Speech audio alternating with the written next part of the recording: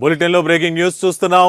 Agency చట్టాల కల్లుగప్పేందుకు గిరిజనేతరులు బినామీ గిరిజనుల పేరుతో లక్షల రూపాయలతో భూములు కొనుగోలు చేస్తూ వ్యాపారాలు సాగిస్తుండగా మరికొందరు గిరిజనుల ఏజెన్సీ చట్టాల బూచీ చూపుతూ కారు చౌకగా గిరిజనేతరుల భూములు కొనుగోలు చేస్తూ అక్రమాల దందా సాగిస్తున్న తీరు ఇప్పుడు చర్చనీయాంశమైంది.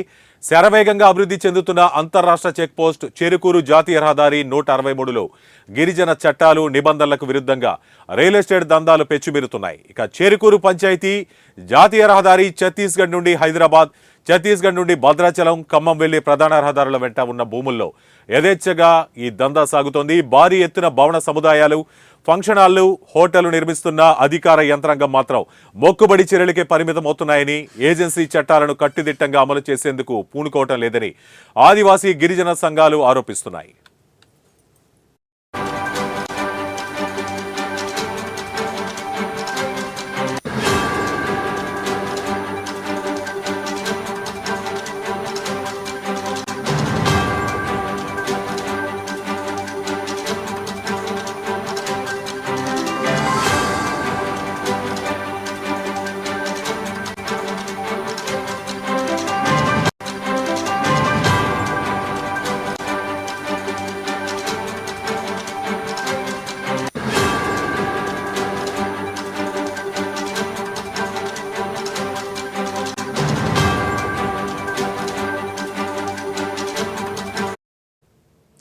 ఇక ప్రధానంగా కొందరు పార్టీ నాయకులను అడ్డం పెట్టుకుని వాజేడు, చండ్రుపట్ల, ధర్మవరం గ్రామాలలో చట్టాలకు విరుద్ధంగా అక్రమ నిర్మాణాలు, రియల్ ఎస్టేట్ దందాలు సాగిస్తున్నారనే ఆరోపణలు వెల్లువెత్తుతున్నాయి.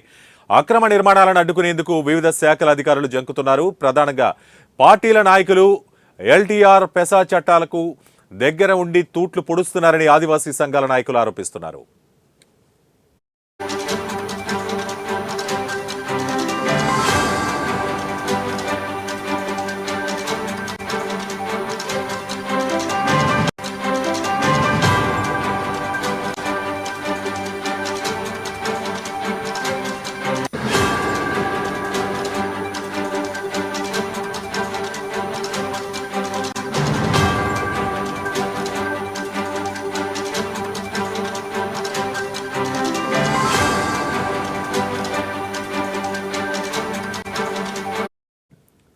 ఇక అధికారులను తమ గుప్పిట్లో పెట్టుకుని గిరిజన చట్టాలు అమలు కాకుండా రాజకీయ పార్టీలే మోకాలడ్డుతున్నాయనే బలమైన ఆరోపణలు అనేకం ఉన్నాయి.